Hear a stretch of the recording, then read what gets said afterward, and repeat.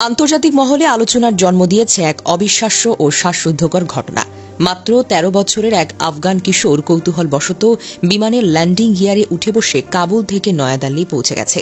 রোববার দুপুরে দিল্লির ইন্দিরা গান্ধী আন্তর্জাতিক বিমানবন্দরে ফ্লাইট অবতরণের পর দেখা যায় চাকার ফাঁকে বসে আছে এক কিশোর। প্রথমে বিমানবন্দরের কর্মীরা তাকে দেখে হতবাক হয়ে যায়, পরে নিরাপত্তা কর্মীরা উদ্ধার করে। কিশোরটির বাড়ি আফগানিস্তানের কুন্দুজ শহরে, তবে সে বর্তমানে কাবুলে থাকে। তার ভাষ্যমতে শুধু কৌতূহল থেকেই সে বিমানের ল্যান্ডিং গিয়ারে উঠে বসেছিল, কিন্তু বিমান আকাশে উঠতে শুরু করলে আর নামার সাহস পায়নি। কিন্তু কিভাবে বেঁচে গেল সে? এটাই এখন কোটি টাকার প্রশ্ন, কারণ সাধারণভাবে এমন অবস্থায় বেঁচে ফেরা প্রায় অসম্ভব।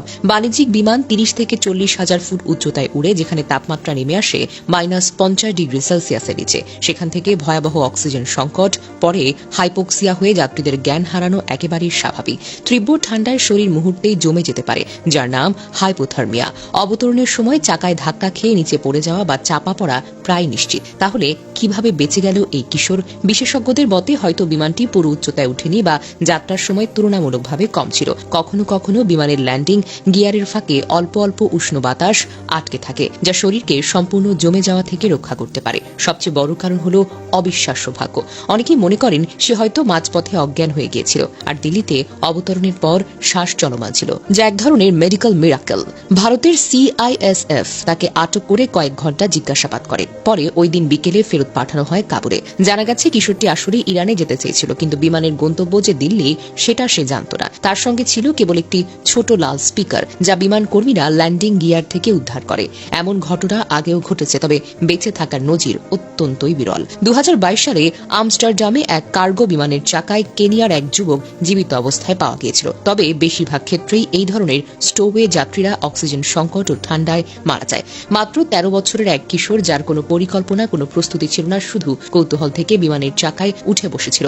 সাধারণত এটি নিশ্চিত মৃত্যুর সমান, কিন্তু সে জীবিত অবস্থায় দিল্লিতে নামল।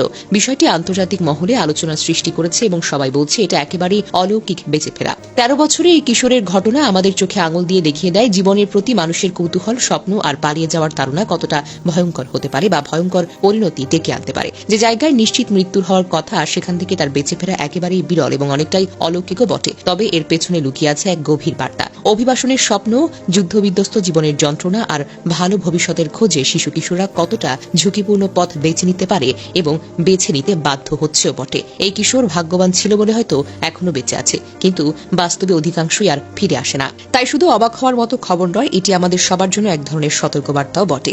শিশুরা যেন কৌতূহল কিংবা হতাশা থেকে এমন ঝুঁকিপূর্ণ পথে না যায়, সেই নিরাপদ ভবিষ্যৎ নিশ্চিত করা রাষ্ট্র ও সমাজের সকলের দায়িত্ব।